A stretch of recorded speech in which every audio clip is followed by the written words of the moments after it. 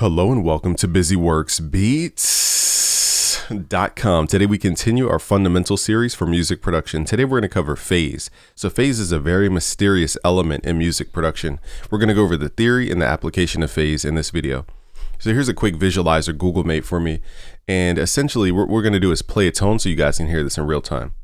So before we even listen, what happens in physics is when a wave is +1, let's say, and it meets another wave at the same frequency at +1, +1 equals 2. So that's essentially what's going to happen is the volume will double, okay, resulting in a bigger wave. Here is the white result, okay, of the blue and the purple combining to equal the white wave.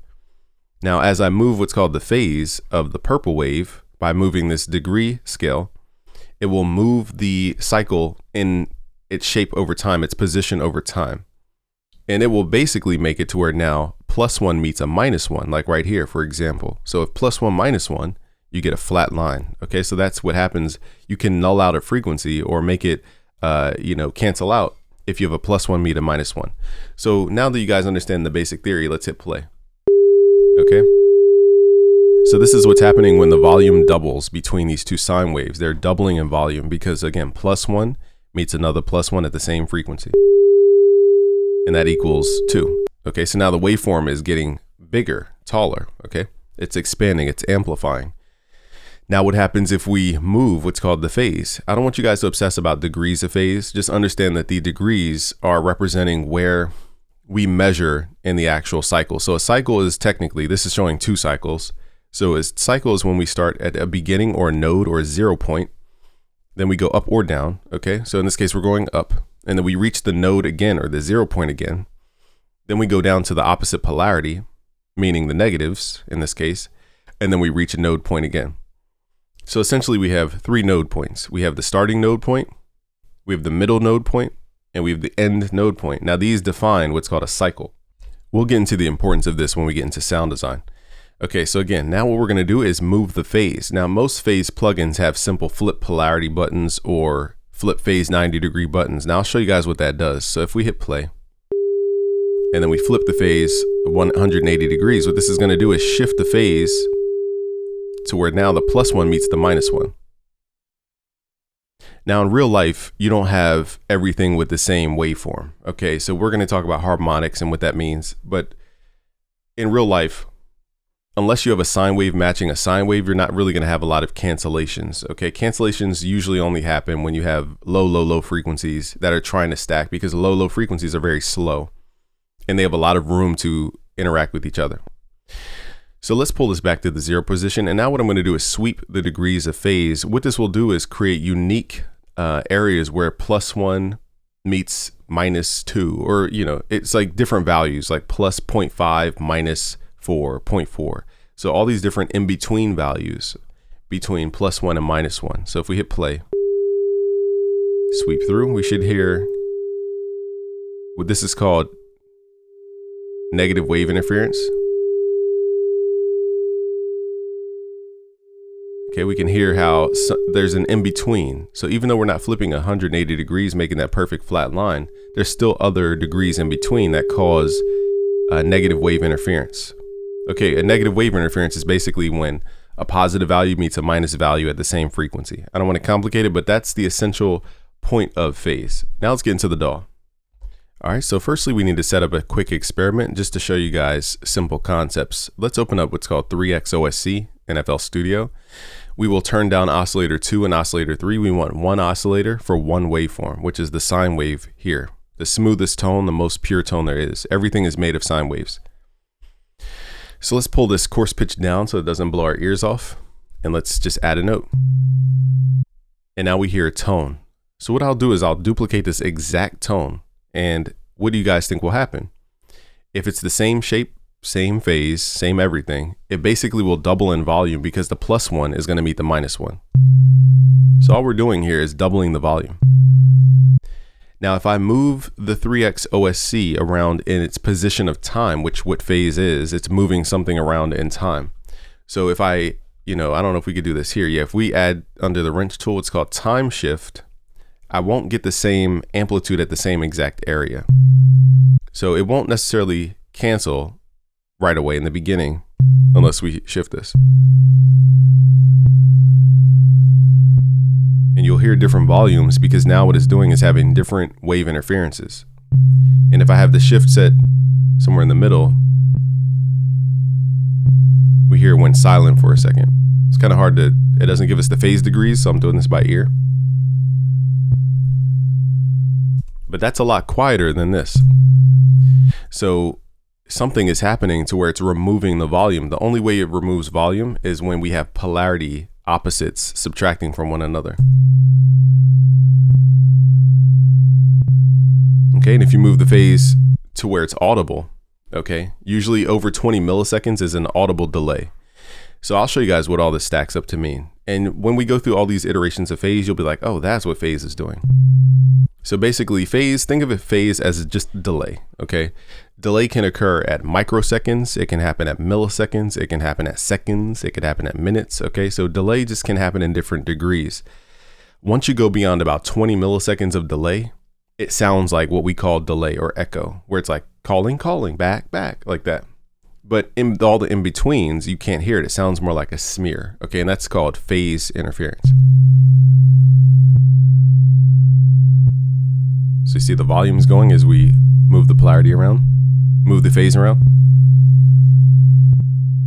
All right, now what happens if we have the same exact timing, same amplitude, same sine wave, same frequency, but then we flip what's called the polarity?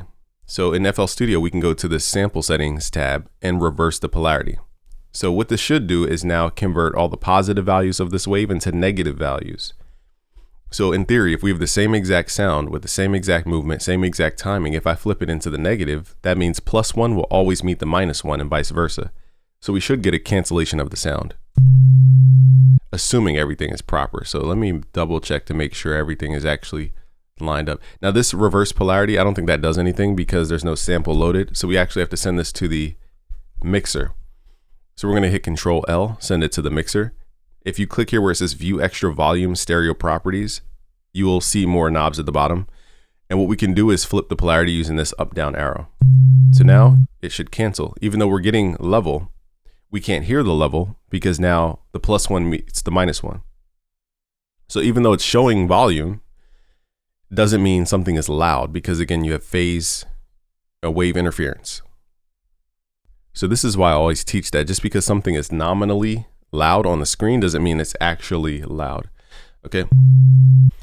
So now that we understand that concept, let's try one more concept before we get into waveforms. So the concept here is kind of beyond the scope of this video, but I just want to show you guys anyhow, which is if we have the same sound, same volume, same everything, what happens if I pan one to the left? It sounds like it's leaning to the left. Now what happens if I pan one to the right? It sounds like it's in the center and panning to the right. Now what happens if I pan one sound to the left and then one sound to the right with the same exact frequency, same everything? It sounds like it's centered. But if I move any degrees in between, it doesn't sound centered. So the same thing with volume you could do with panning is creating this illusion of canceling out, I'll say. So I'm canceling out the stereo field. I'll say I'm using generalizations here.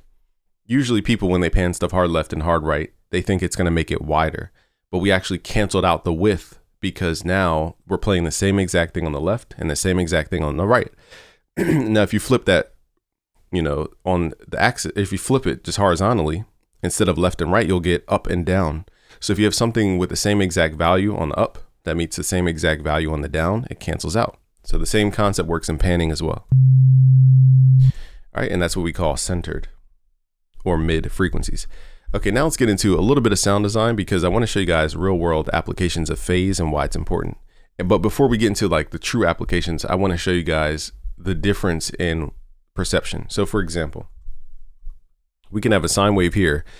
Let's pull it down 2 octaves. Let's pull it down 1 so people could actually hear it. All right, and then let's do the same exact thing in serum, sine wave. Now what I'm going to do over time is switch the waveform. To demonstrate this, I have to show you guys a wave spectrum or frequency spectrum. Now on this frequency spectrum, we are going to see, it's called Wave Candy in FL Studio. This is a very good tool. I haven't seen any tool that matches this tool. Go to spectrum. We're going to go to the max amount of bands, turn the scale up. And we're going to make this a wide range like this. So basically what this should show us is the frequency content of a sound. So I'm going to route the the different waveforms to group 3. All right, so now when I play a sine wave, I should be able to see a horizontal line. So this horizontal line represents just that, a sine wave. So if you ever wondered the difference between sounds, everything is made up of frequency. So a sine wave is just one solid resonance or one solid frequency. It's no other frequencies in a pure sine wave. So as we see in this graph, that frequency is 133. So what I want to show you guys is a concept that most people don't comprehend, which is waveform. They think waveform is just about shape. It's about harmonics. You'll understand sound design when you understand harmonics. We'll do a different video about harmonics, but here we want to understand what makes a sound a sound. What makes a sine wave a sine wave? What makes a pulse wave a pulse wave? What makes a triangle a triangle? It's not the shape. Yes, the shape is the representative result of frequencies stacking up in different phase, but it's really, okay, the harmonic structure of a sound. How many frequencies of sine waves are there? So if I change the waveform here, change the shape, the sawtooth has tons of harmonic content. That's why it sounds so loud. It's because it's more than one frequency. It's, you know, however many harmonics we have. That's why it's so loud. And if you guys study what's called the Fletcher-Munson curve, maybe we'll do a video on that. You know, certain frequencies are louder to our ear than others. So the sine wave, when it's one frequency, the low frequencies aren't as loud. Okay, that's because that's how our ear is designed. Now, once we start adding a sawtooth, we're adding frequencies up in the 2K to 5K. That's where our ear is super sensitive to frequency. So it's going to sound louder simply because those frequencies exist, even though we didn't change the level of a sound. Now, what happens if we go to a triangle wave? It's just less dense, less harmonic content, we call it, less multiple. So if you wonder what harmonics are, in theory, it's basically you take what's called a fundamental frequency, in this case, 130 hertz. And if I go to what's called the harmonic partials mapping, I can add what's called individual harmonics. So I can add the second harmonic. So now we see two frequencies. So basically, I've just multiplied the core frequency times 2. The second harmonic is just the fundamental, which is in this case 130 hertz, times 2 gives me about 260 hertz. So that's what harmonics are. You have a fundamental, which is the core of all the sound. It's the source of all the sound. And then you have duplications of that source through what's called harmonics. Now, if I add a third harmonic, we're going to add a third frequency. So this is important in phase because phase, you can move the cycle shape per harmonic. And this is also important because when you stack different shapes and waveforms, they don't collide the same exact way. So for example, if I have a sine wave on channel 2, let's put this back to a sine wave. Let's make sure it's the default sine wave because I altered the sine wave's amplitude. So we're going to have to go back to initialize. So now we should get, okay, just double the volume. So I can turn one oscillator off and it should go about half a volume. Okay, so if I turn them on, they're both just doubling. They're the same frequency doubled up. They're increasing their resonance in a specific frequency. Okay, now what I'm going to do is change the waveform. So before I change the waveform, actually, let's flip the polarity. So remember when I said a +1 meets a -1, it cancels out. Well, these are the same exact frequency, same everything, same amplitude. What we're going to do is flip one upside down. So now the negative parts of the wave meet the positive parts of the wave. We should get canceling out using what's called the reverse polarity. But reverse polarity just means we're moving the phase a certain amount of degrees. We're delaying the phase a certain amount. Now this is not perfectly lined up. So what we're going to have to do is turn off the random phase and serum. I forgot that it adds that by default. So now we should get a more predictable phase outcome. So here's before. And then if we reverse polarity, it should completely mute out the audio. But now what happens if you change the waveform, so we can play the same exact note, different instrument, it's not going to cancel out the same exact way. So if I add a sawtooth, for example, it's still going to sound bright. Because the only thing that we're canceling in this case is the fundamental frequency. We're not canceling all of the other frequencies. But if I flip that phase, however, then the fundamental comes back and it feels like the bass is restored. So even though we have two different instruments with two different harmonic spreads, we can still have phase cancellation. that causes a massive jump in our results. So for example, if this saw is out of phase with a bass of yours, a sub bass, you could be missing an entire low end that you didn't know existed. Or the opposite, you could be stacking a low end without even realizing that you're just clashing fundamental frequencies that don't need to be there. So without getting into too much deep sound design, basically we can go into Serum. In the furthest, now assuming you're playing the same exact note as well. Okay, the furthest structure here is the first partial, or the fundamental. And we're going to turn that down so that it's 0 volume. Essentially, we're removing the fundamental frequency. So I think there's a shortcut if you right click, and I think there's a shortcut here to remove the fundamental. I always forget where it is. Maybe it's under process. Hold on, let me see here. It's on one of these tabs here. You can remove the fundamental frequency. So if I can't find it, it's not that big of a deal, but I'm pretty sure there is a shortcut for it. Hold on, guys. All right, so if you guys hit where it says process, click where it says all, and then go down to where it says remove fundamental. That's essentially what it just did, is just turn down that first harmonic, or the first partial, in this case, the fundamental frequency, and it turned that down. So now the sawtooth is playing everything except the fundamental frequency. So now it won't clash with the sub bass that's at. So now we can restore our bass. Now I'm gonna show you guys once we flip that polarity. So now it sounds cohesive now because we removed the fundamental, but now we flip the polarity. So essentially, if you're just looking at one frequency, we're gonna basically add a sine wave against another sine wave of the same exact frequency, same timing, same everything. And now what we're gonna do is mess with the phase. And basically we're gonna cause wave interference. So the more I turn up the fundamental, the more you're gonna lose the bass in the sound.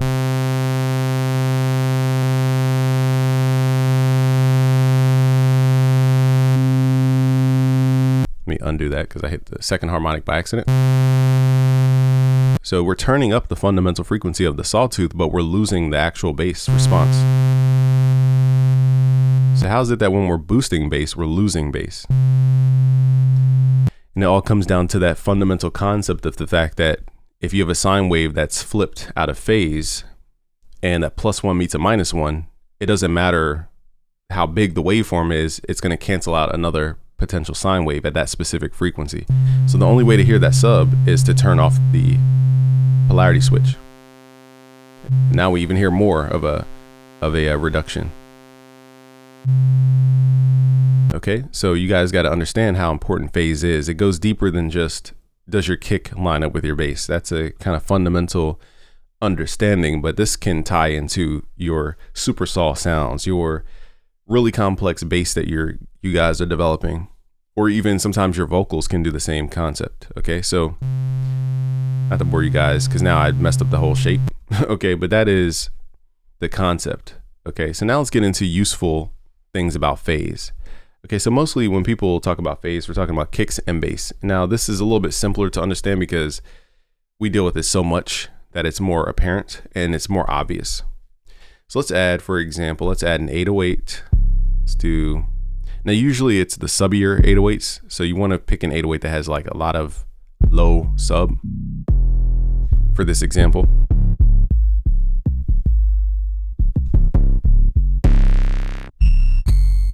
So these 808s are at busyworksbeats.com. Look for the pack called 8-08. Trying to find an 808 that's a little more, something like this. Okay, just more pure sine wave sub.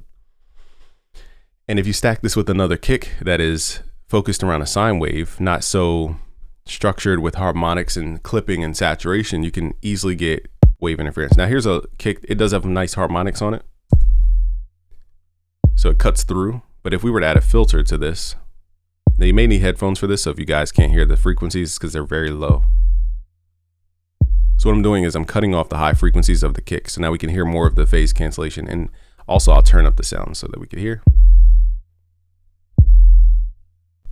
Okay, so now what's happening is if I make this very audible, so I'm going to take the 808 and we're going to delay the 808 with time shift. So we're going to hear kick and then an 808. So it goes kadoom like that. Now the more we change that phase, the more I've noticed stuff clashing. You guys can hear clipping. And that's not because the 808 is overlapping. It's because of that wave interference, okay, because of the phase. Now, if I take that delay back, that time shift,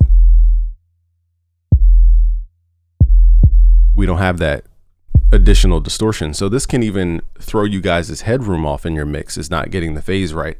Now, should you guys obsess about phase in your production? I don't think you should obsess about it. I just think that when you are seeing weird stuff like the bass is missing or it's distorting unnecessarily, it could be just the fact that things are stacking up at a specific frequency at a very specific time. You could have two things exist, they just have to be in different timing. Okay, so it doesn't mean we always need to sidechain our 808. So that was a pure example. If I delay this 808, now we're clipping, whereas we were not clipping before. Okay, now most people tell you, like the old rocker guys who give you mixing tips, they'll tell you just flip the polarity. Now in hip hop, this isn't the same because you're doing fundamentally a different thing. If I was recording a rock drum kit, phase flipping would make sense because, like I just showed you guys, the bottom end of a snare, for example, that has that thump, that 100 area, that 90 area that has that punch to it, that could potentially be clashing with the kick at 90. And like I showed you guys with the sawtooth and the sine wave, even though they're different sounds, a kick and a snare or a sawtooth and a sine wave, that fundamental can be blocked. Okay, because we're trying to stack them at the wrong timing. So simply flipping the phase will give them their own pocket of time to where now they can exist at 90 and 60. Now in hip hop, it's not the same exact concept because here, everything really is fighting for a very small amount of time. There's not a lot of gap. So if we hit reverse polarity, this even makes it worse. Now we have more distortion. And this is why the argument in hip hop is sound selection, because good sounds, they focus more on the higher frequencies that cut through than just the fundamental frequency, unless it's like an 808 or something like that. And people who sound design very well, they understand how to sound design kicks to where they're not eating up the entirety of where the 808 would live. Now I'm generalizing, okay? But again, what makes this kick special is the fact that it has the high frequencies. Without those harmonics, it doesn't have the same vibe. See how we just lost our punch? Now, some of that punch could be amplification. So people could be misdefining what they mean by flipping the polarity and getting more punch. It's not always something is more clear. Sometimes, like I just showed you guys, it's actually distorting. It's pushing into the next thing, which could be a soft clipper for most people. So basically, I'm trying to keep this simple without going off into sound design land, is if we add this filter back on the kick, you guys can hear it's like a wobble. Let me turn this kick up a little bit.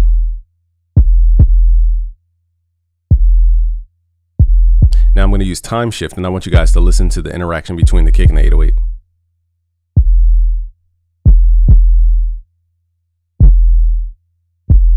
See how some areas has more or less distortion?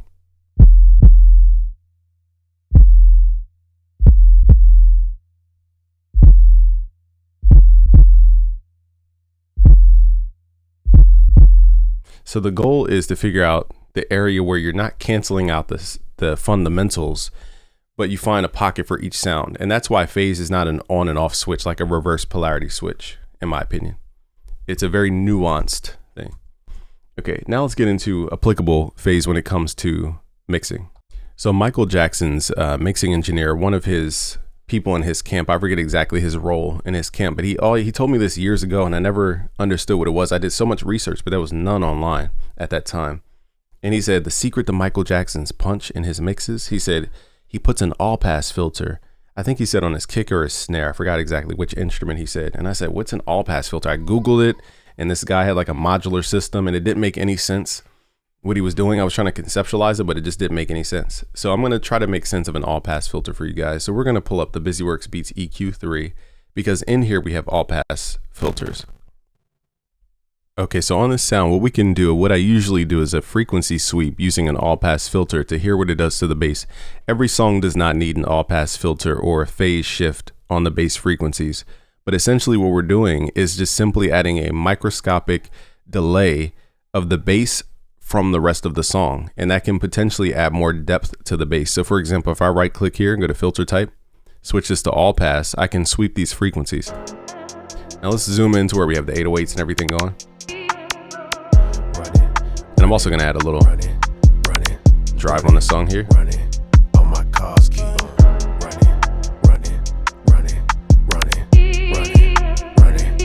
All right, now I'm gonna sweep around the lows.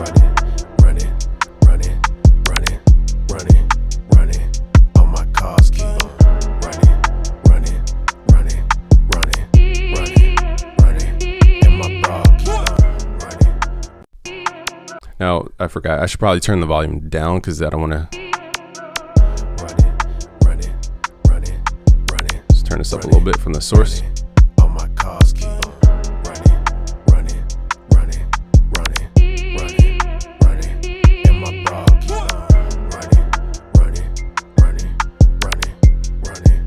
So somewhere around 70 works for this song. Actually, we were in bypass the whole time. I was tricking my ears. All right, let's do this again.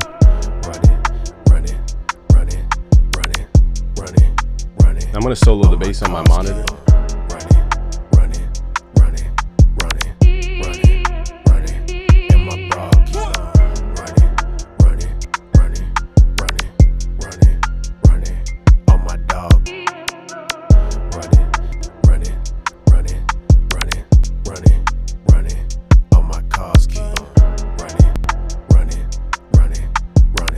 So it's such a minute difference. You would have to have a really pro ear to hear this. But basically, in my hearing, what it's doing is smearing the bass a little bit to where it feels almost compressed. So instead of being locked in with the transient, where it's like boom, boom, boom, it's more like boom, boom, boom, like that. It makes it more of a sustained perception.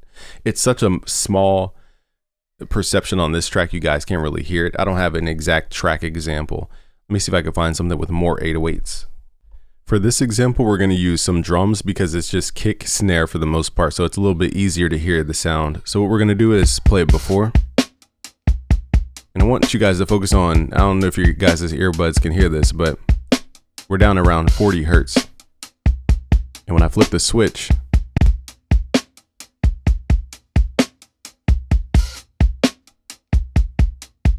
here's before.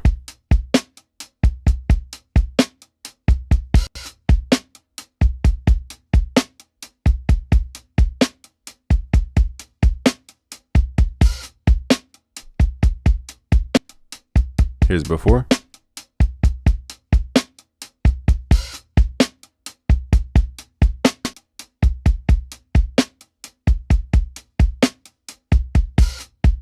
To my ear, it's very subtle. Again, you have to have good earphones to really hear this, but it's one of the reasons why songs have depth. To my ears, it was extending the 40 hertz. So when the kick hit, it was like boom, or it was like buh, and then the 40 hertz was like boom. So it was like buh boom, like that, buh boom. Instead of just boom altogether, it was buh boom. So it adds a call and response. And when you add that simple time delay with your bass, it can add more filling to your track. Now it's very, very, very subtle. And you could take it even further, which is to add more time delays. So I'm not going to sit here and make a whole patcher about this, but like I said, guys, you guys can, we did this in a different video where we separated the bass out and we delayed the bass from the entire track. I guess I could show you guys real quick since we're already this deep into the video. So what I'm going to do here is create what's called a frequency splitter. Now we're getting into sound design territory. This is not a technique I would actually use. So just for the beginners who think you need to copy this, you don't. Here's a frequency splitter. And now the faultiness of this test is the filter itself adds a weird delay. The way it combines the filters, it adds like a comb filter boxiness to this technique. So this is not a perfect technique by any means. Okay, what we're going to do though is mute the low frequencies. And what we're going to do is send them to a different channel. So let's send them to channel 6, for example. We need to set up what's called a side chain route. So now the lows, we're going to right click and go to, make sure I'm on the right track. I thought I did this. I must have clicked on the wrong track. All right, so now we're going to right click and go to insert 6. Okay, insert 6. Okay, so now the lows are separated from the other frequency. So if I mute these, we should hear just the lows. All right, and what we're gonna do here is add Fruity Stereo Shaper. Now what this is gonna do, it looks convoluted, but the easiest way to approach this plugin is instead of looking at the matrix here, we're going to look at the right side where it says delay and phase. So like I said before, delay is an audible time difference. Okay, so what we're going to do is create a time difference between our left and our right ear in this case by turning this up. So delay, again, like I said, is an audible time difference. And the reason I'm doing this plugin is because I want you guys to hear the actual effect of delay. So we're creating a difference between the left and the right. And we're delaying these. So it's a very obvious time delay. Okay, that's delay or echo, some people call it. If I crank up the delay, it's very obviously a difference between the left and the right.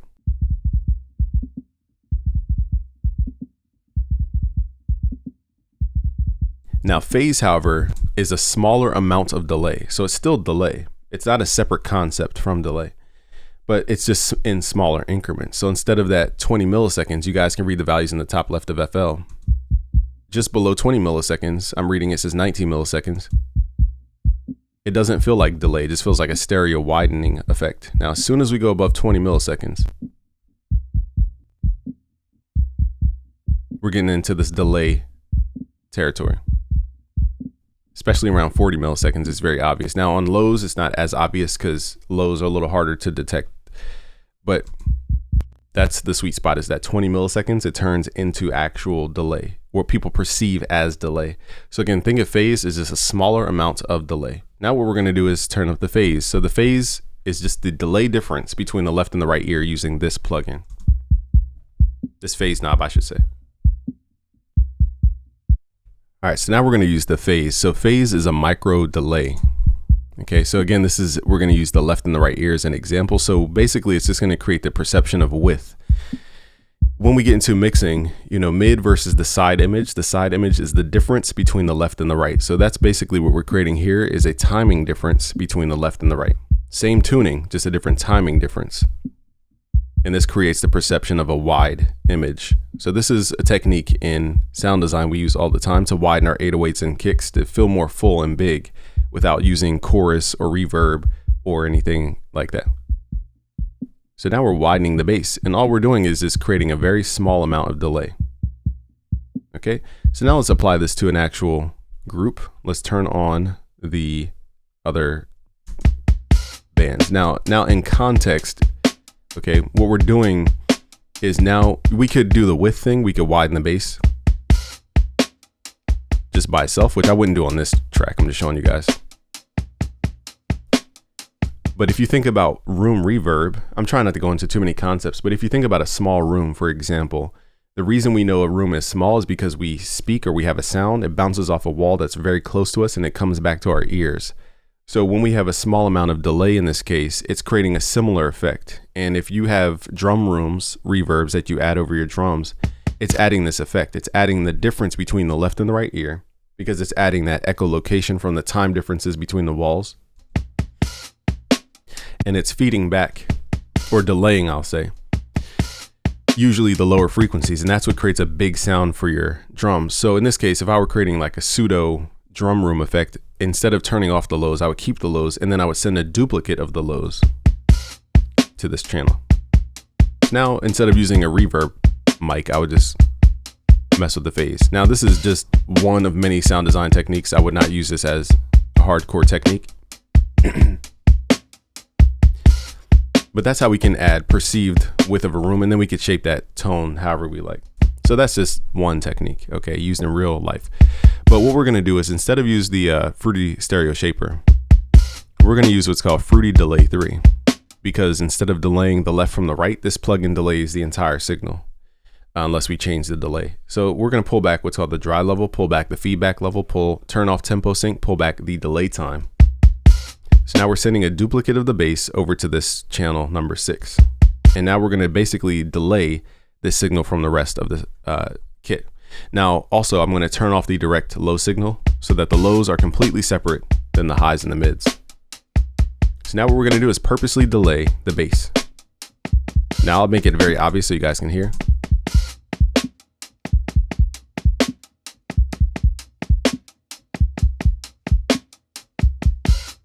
So you guys can hear the delay between that kick and the snare. So it's delaying the kicks. And what happens if we pull it in at a faster timing where it's not as obvious.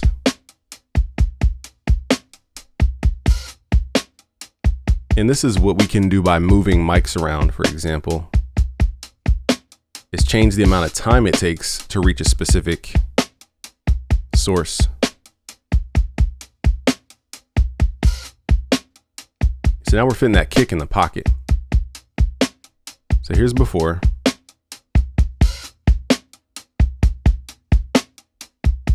Here's after we're actually losing some of the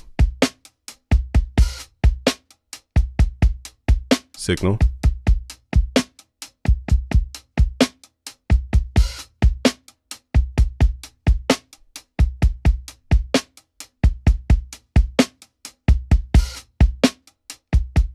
So now we can see the perception of a transient really is the kick lining up with the overheads in this case. It's not just the kick by itself. It's the kick and the higher frequencies that create the perception of a transient. So this doesn't go below 1 millisecond, but there are tools where you guys can actually go into microseconds. So this is a little limiting in terms of what we can do. So let's just turn it on and off.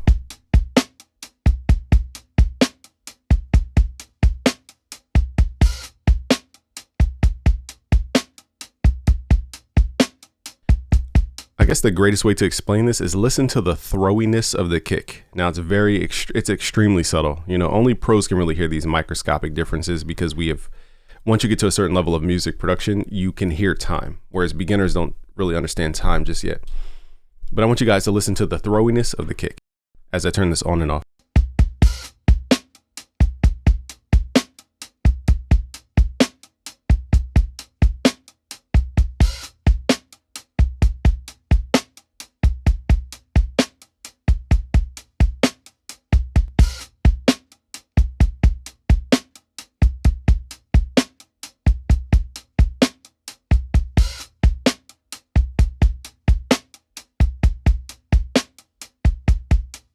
Now this tool allows me to do more than just delay. I can saturate the signal.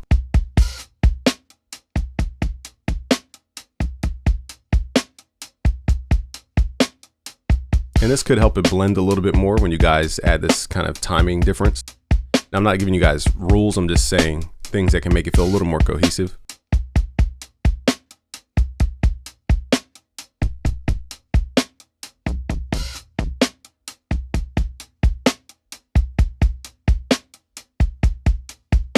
So now we get more of a powdery spread than just a throwiness. So here's off.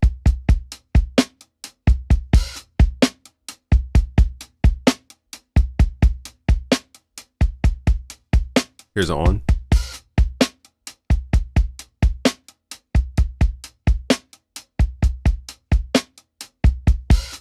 So listen to when it's off, it goes boom, boom, boom, boom. But when it's on, it goes whoosh, whoosh, whoosh, whoosh like that.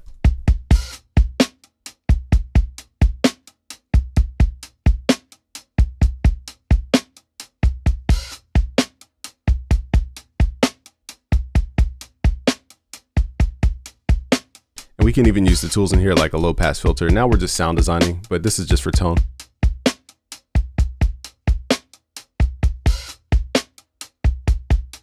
And in this case, the low pass filter only goes down to 270, so we really can't drag it that low anyway. Let me see if I can exaggerate this using a high pass filter so that you guys can truly hear this tone that we're adding in. Now, like I said, we can still open up the original source. So now I've just added a delayed, sandier, boxy sound over top of the kick to where it sounds like it has more transient energy. So this is the stuff you can do when you understand phase.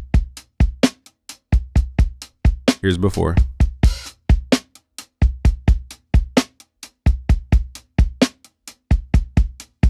I'll exaggerate so you guys can really hear. Just got to turn up the volume here. But listen to the tone that we're shaping.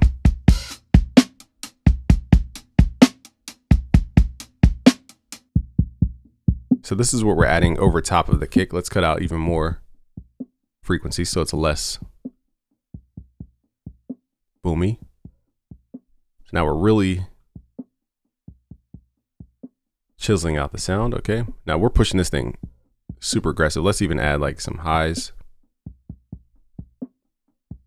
And we're still low on volume, so let's crank this up even more. All right, so this is what we're adding, and let's cut out some lows. So this is just sound designing at this point. But the reason this is possible is because of phase. Now, we didn't get into EQs and how EQs are basically phase. I don't think we're gonna cover that today. We did cover an all pass filter, however.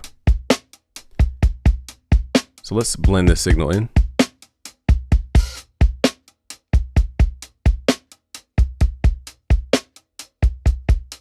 It's also helping accent that snare. And then on top of this, let's add a left and right phase difference. Let's add that Fruity stereo shaper to widen this, so now it feels like a stereo mic setup. Okay, so let's mess with the phase.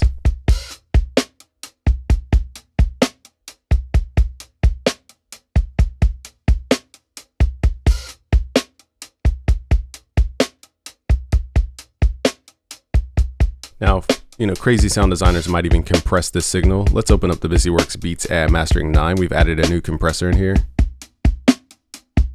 And let's pull up the buffer. Give this thing time to run. Let's go to compressor mode. So turn on the Vari-Mu. Now this might be super subtle. I'm not sure you guys can hear it on this specific sound here. It's not enough detail for you guys to hear the curvature. But a Vari-Mu just adds a snappiness to it, basically. And now we're gonna mess with the phase until it feels natural.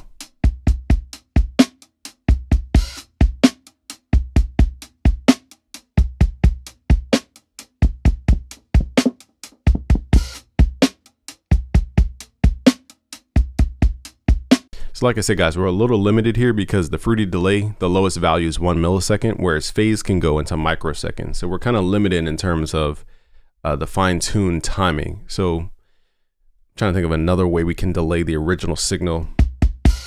Now in other DAWs like Ableton, for example, you have something called a sample delay, which allows you to delay by samples and not just milliseconds. So that would be a tool I would use here to really fine tune that. So we have to kind of shortcut this to say that it's not in the perfect pocket because of the tool, this tool.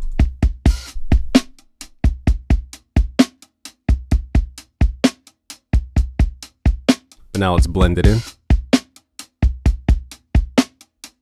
Actually, what we're gonna do is move the Vari-Mu to a drum group. This way, everything gets the same curvature. So let's do that.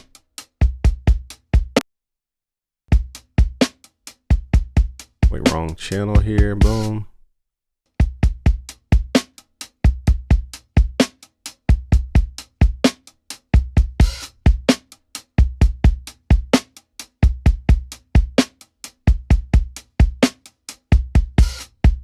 Got the routing all messed up. Okay, we need to go back to the frequency splitter and make sure this is set. There we go. Okay, so now we can hear that cloudiness, and that's because of the timing.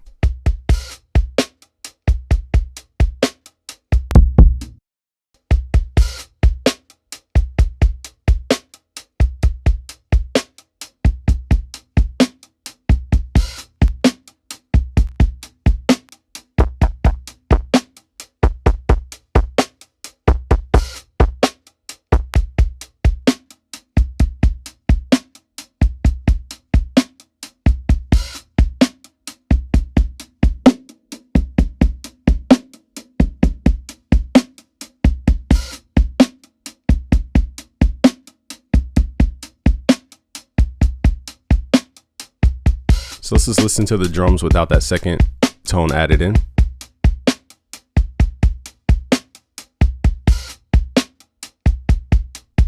Now let's add it back. It just adds a little more boxiness to create perception of environment, I would say, on this one.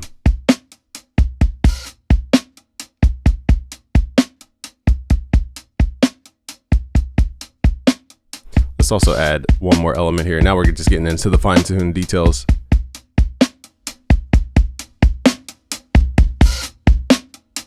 Let's add got that real compressor.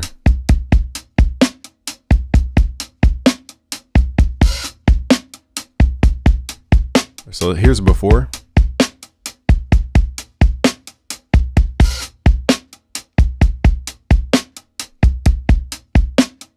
Here's after. It just helps that snare pop out just a little bit more and give it more like a perception of space. And again, we can mess with the stereo shaper. The only thing is, because there's a time difference between the left and the right, you can lose the perception of impact because of that time shift off of that transient. The same way when the low kick didn't line up with the higher frequencies earlier, it sounded like it lost its transient. So we created a big drum sound using simple concepts of phase. We didn't use some fancy reverb. We just used phase and timing and EQ to shape the tone. And now we have this full sound here. So here's before. Here's after.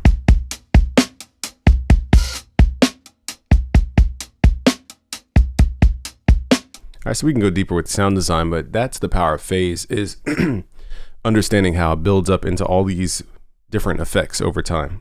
Now let's do one more thing, which is like serum phase. Now some of you may have heard of the effect called a phaser. It was very popular in like the 80s to make their saw teeth a little bit just different. So here we have a sawtooth, and what we're going to do is play a simple chord.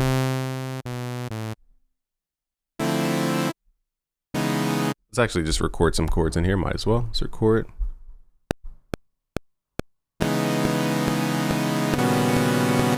Sorry, I was on loop recording, my bad. Of course, a truck wants to roll by right when we have to record. I'll mute my mic, guys.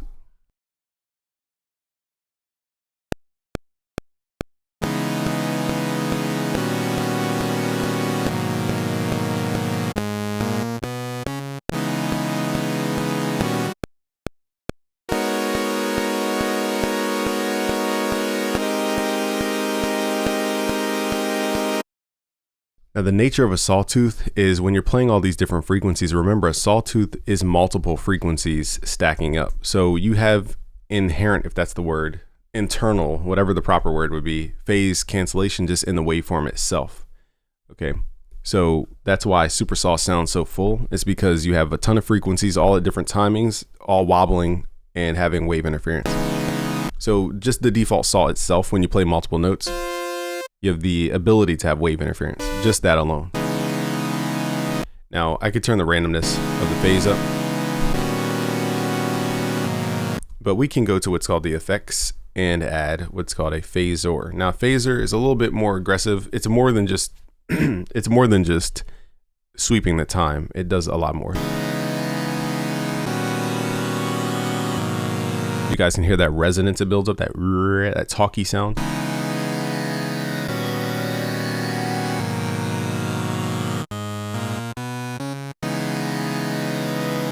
But we're getting this effect by delay and feedback. So if I turn the feedback down, it doesn't add more and more amplitude. Okay, so we're not getting that resonance, it's called. I'm trying not to create too many new terms for you guys. As we crank up feedback, we get that talky resonance.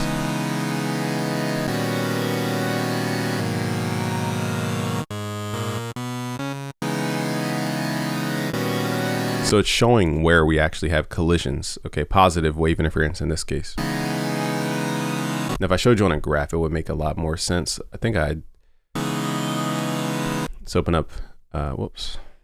Let's use the plugin called Wave Candy here. And what we're gonna do is analyze, hopefully it's easy to see. The phaser is creating positive and negative wave interference. And you guys will see the visual movement of that interference. So what we're gonna do is turn this off first, so you guys can see what a normal wave looks like.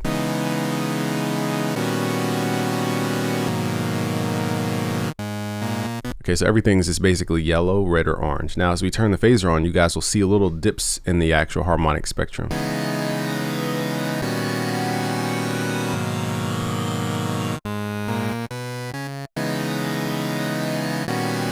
So where you guys see the more yellowy stuff, that's where we have positive wave interference.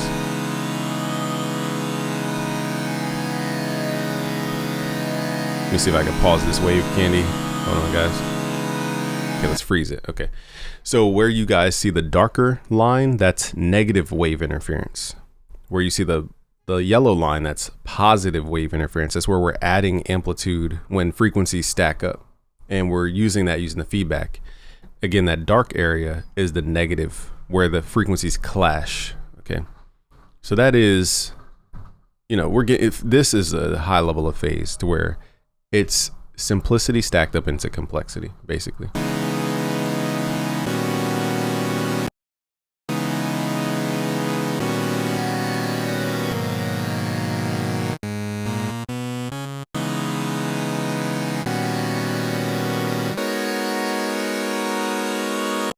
All right, now let's listen to what's called a flanger. Okay, so a flanger is a little bit different. Now, I don't know everything behind the different types of flangers here, but if you go to the front panel, go to filter and go to flange. There's different styles. You have comb filtering, you have a flanger. Let's go to the flanger, turn up the, you guys can see this like curvature, okay?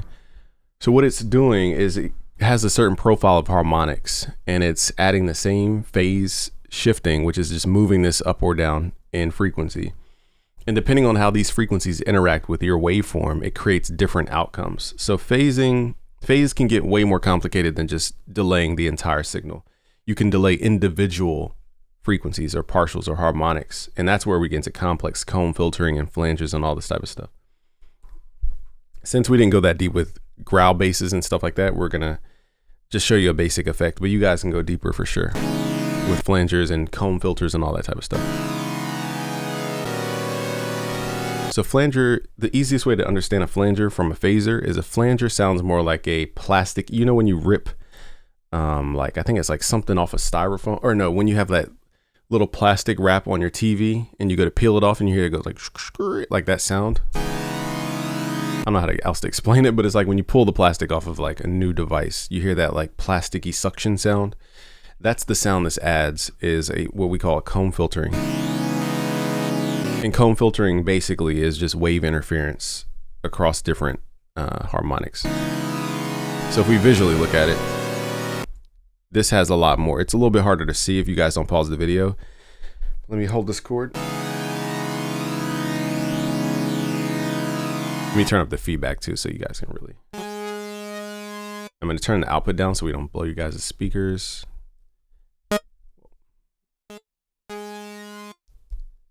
Hold on, guys. I gotta do all this routing. Let me see here. All right, so we're just gonna turn the volume down, but I'm gonna crank up the input so that it shows as a brighter tone. But see how these have more, it's just a different pattern, okay, of wave interference.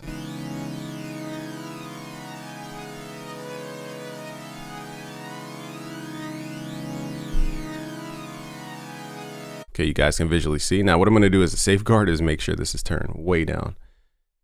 All right, just in case my finger slips or something. All right, let's turn this down. So I just want you guys to look at the graph, not the actual sound here. I guess you do need to hear the sound. This is a tricky thing to demonstrate without blowing speakers. All right, so I want you guys to look at the complex weaving of the actual flanger, comb filtering.